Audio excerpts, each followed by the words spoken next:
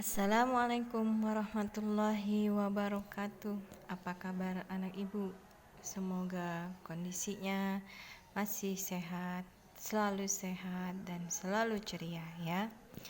Walaupun kondisi tetap di rumah, tetaplah kita jaga kesehatan, kemudian kita tetap ibadahnya, sholatnya, ngajinya rutin ya.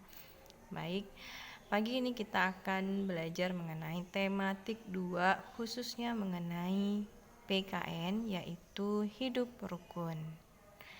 Oke, kita mulai dengan membaca basmalah. Bismillahirrahmanirrahim. Nah, tema 2, halamannya banyak, jadi ibu rangkum di sini menjadi satu materi ya. Kita mulai. Nah, anak-anak, kita itu berbeda.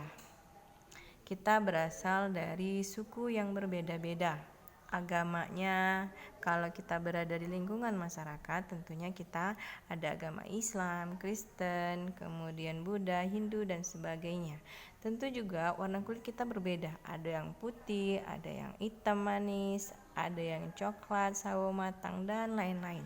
Termasuk juga perbedaan sosial. Ada yang kaya, ada yang miskin, kemudian ada yang macam-macam ya. Pokoknya kita tuh sebenarnya berbeda.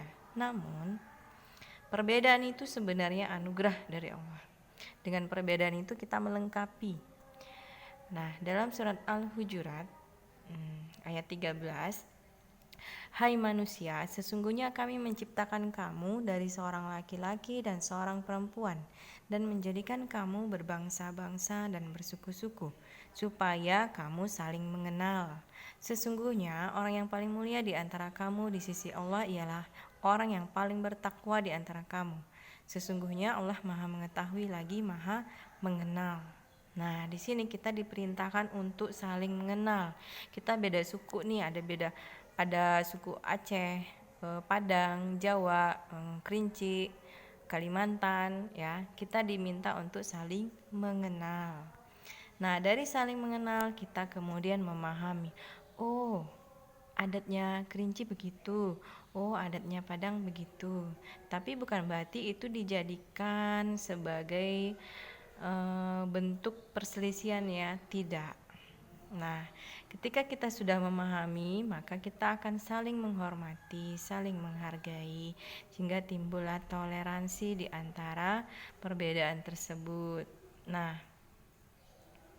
dalam Islam sesungguhnya orang-orang mukmin itu bersaudara. Karena itu damaikanlah antara kedua saudaramu yang berselisih, dan bertakwalah kepada Allah agar kamu mendapat rahmat. Artinya sesama muslim kita pun hendaknya seperti saudara kita.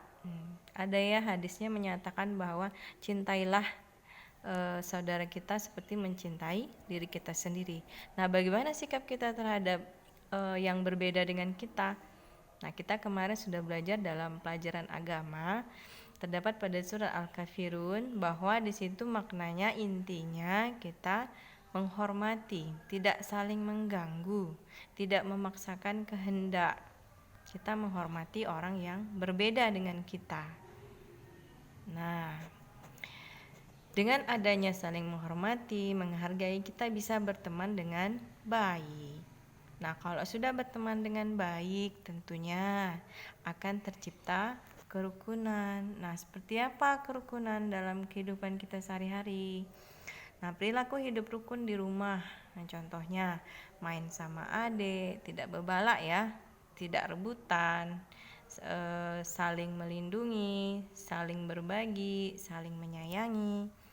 Kemudian membantu pekerjaan ayah bunda. Nah, jangan biarin ayah bunda kerjanya sendirian, apalagi ketika bundanya kerepotan ya. Tetap dibantu. Nah, itulah tandanya kita rukun di rumah. Kemudian belajar juga sama keluarga itu termasuk contoh perilaku rukun di rumah, dan masih banyak yang lain. Nah, bagaimana perilaku rukun di sekolah? Bergaul dengan semua teman. Entah itu di kelas ada yang dari Papua, ataupun dia beda suku, atau dia beda warna kulit, tetap temenan, bersikap baik dengan sesama teman. Kemudian menjenguk teman yang sakit. Apabila ada temannya yang sakit, boleh dijenguk. Tapi kalau kondisi seperti ini, tanyakan dulu ya. Nah, kemudian belajar bersama. Belajar bersama juga menunjukkan perilaku rukun. Tapi ingat, bukan saling mencontek ya, tapi berdiskusi, mengerjakan bersama-sama. Bagaimana dengan di masyarakat? Di masyarakat itu adalah lingkungan yang berada di sekitar rumah kita. Nah, apa yang dilakukan masyarakat di sekitar rumah kita? Misalnya ada gotong royong, kita ikut sama-sama membersihkan jalan depan rumah, jalan sekeliling rumah, atau mungkin gotong royong membersihkan masjid dekat rumah, misalnya. Kemudian jika ada tetangga sakit, dibawa rumah sakit ataupun masih di rumah, kita jenguk atau kita bantu ketika dia mengalami kesulitan. Nah, ini contohnya ya, membantu tetangga yang sedang kesulitan di rumah. Nah, itu beberapa contoh perilaku hidup rukun. Nah, apabila tercipta kerukunan di sekitar kita, tentu akan berdampak banyak ya. Nah, manfaatnya ada beberapa. Kondisi sekitar kita jadi aman, kemudian tentram karena nggak ada yang mubalak, nggak ada yang ribut ya. Terus tali persatuan kita makin kenceng, makin kuat, mempererat tali persatuan nih, sama-sama bersatu. Kemudian menghasilkan komunikasi yang baik. Karena apa? Semuanya bersikap baik, berkata yang baik, sehingga kita pun merasa tenang. Nah, ketika tercipta kerukunan, tentunya tercipta pula persatuan dan kesatuan. Apalagi itu di masyarakat kita ada simbolnya atau ada semboyannya. Bersatu kita teguh, bercerai kita runtuh. Artinya ketika kita melakukan bersama-sama pasti akan berhasil. Ada satu kisah nih, gambarnya ada lidi. Ibaratnya lidi, kalau satu lidi akan mudah dipatahkan atau sulit digunakan ya. Kalau untuk menyapu kita gunakan satu lidi, pasti susah nyapunya. Tapi kalau kita menggunakan lidi yang banyak, kemudian untuk menyapu pasti akan mudah. Dan apabila dipatahkan itu akan sangat sulit. Nah, seperti itu juga kita. Apabila bangsa kita bersatu, tidak tercerai-berai, tidak berselisih, ketika negara lain ataupun orang lain ingin memecah kita akan sulit diruntuhkan. Nah, dampaknya apa aja? Nah, pertama, kesadaran untuk saling tolong-menolong akan meningkat. Oh, kita nih satu kawanan, bersatu kita. Jadi ketika ada yang kena musibah, cepat ditolong. Ketika ada yang meminta bantuan, segera. Jadi timbul kesadaran menolong. Kemudian kehidupannya serasi, selaras, dapat terwujud. Yang ketiga, pergaulan antar sesama masyarakat akan berjalan dengan baik ya. Kita bertetangga jadi enak, dan pembangunan nasional akan berjalan baik dan lancar. Kok bisa? Lah kalau aman, tentram, tentunya dalam membangun tidak ada kendala, tidak ada hambatan. Mau bangun sekolah, mau bangun perkantoran, ataupun hal-hal yang sifatnya memajukan kota kita tidak akan terhambat. Berbeda apabila di suatu daerah tersebut terjadi kerusuhan.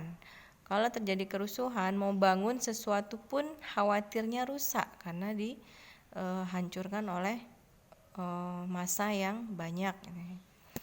Dan terakhir, dapat mengatasi perbedaan yang ada. Nah, ini manisnya. Ketika kita merasa udah bersatu, oh kita nih sama-sama bangsa Indonesia. Nah, ketika ada yang berbeda sedikit, itu tidaklah menjadi suatu permasalahan. Bahkan timbul rasa menghargai, menghormati, kemudian tenggang rasa, dan lain-lain. Baiklah anak-anak, demikianlah materi tematik kali ini. Dan harapannya ketika materi ini selesai, nah kita terapkan di sekitar kita, hidup rukun, terutama di rumah. Karena kita selama daring berada di rumah, sayangi adik, jangan banyak bertengkar ya. Kemudian bantu ayah bunda dengan sikap mandiri, dengan membantu pekerjaannya. Mudah-mudahan kehidupan yang tenang, damai, terkondisi, tercapai. Baik, Ibu tutup dengan Assalamualaikum warahmatullahi wabarakatuh.